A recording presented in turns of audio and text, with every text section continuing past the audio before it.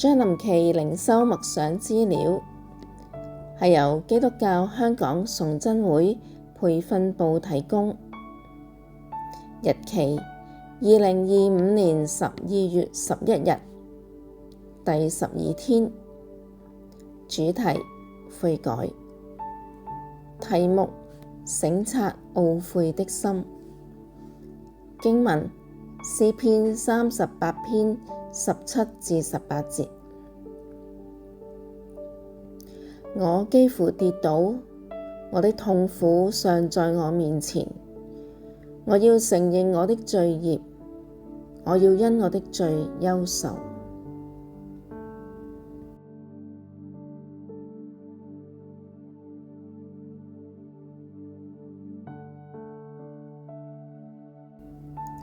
揸車嘅人都會好清楚車嘅性能，除咗馬力夠之外，最重要嘅係有一個好敏銳嘅剎車系統。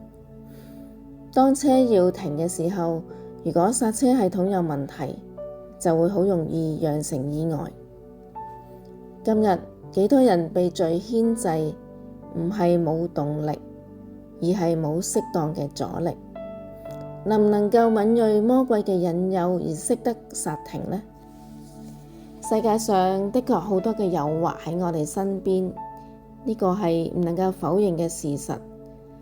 但係罪只能夠引誘人，犯唔犯罪係在乎人嘅抉擇。好多誘惑能夠影響人，但唔能夠決定人嘅行動。呢個決定權在於自己。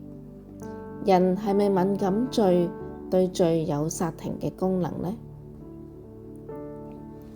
大衛喺神面前係完全誠實嘅，佢坦然承認確實犯罪。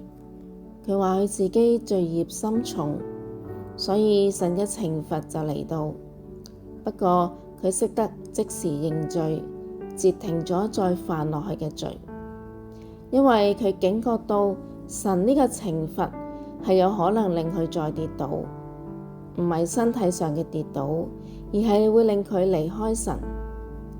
經文話佢會幾乎跌倒，亦即係未跌倒，亦即係冇離開神，唔會再犯更加嚴重嘅罪。雖然懲罰仍然喺佢面前，仍然係嗰種眾叛親離、四面受敵嘅情況之下，大衛嘅態度冇放棄自己，佢知道再唔能夠靠自己，而係需要向神求赦免。佢仍然堅持呼求神。真正嘅認罪唔係喺口頭上邊，而係喺心靈入邊。佢真嘅係為自己嘅罪而傷心同埋憂愁，因為佢知道自己得罪神。一個人能夠為自己嘅罪而憂愁，認罪就唔係嗰種有口冇心嘅形式，帶住憂傷嘅心靈認罪，神必會喜悅並且赦免。所以當我哋睇到自己嘅罪，就有出路啦。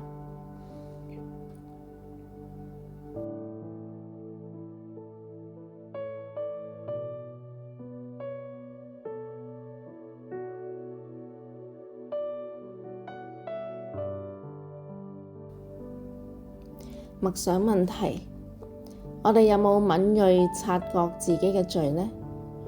我哋應當知道有罪嘅時候要及時悔改，以免被魔鬼誘惑離開神，犯更加嚴重嘅罪。求主幫助我哋有一個省察嘅心。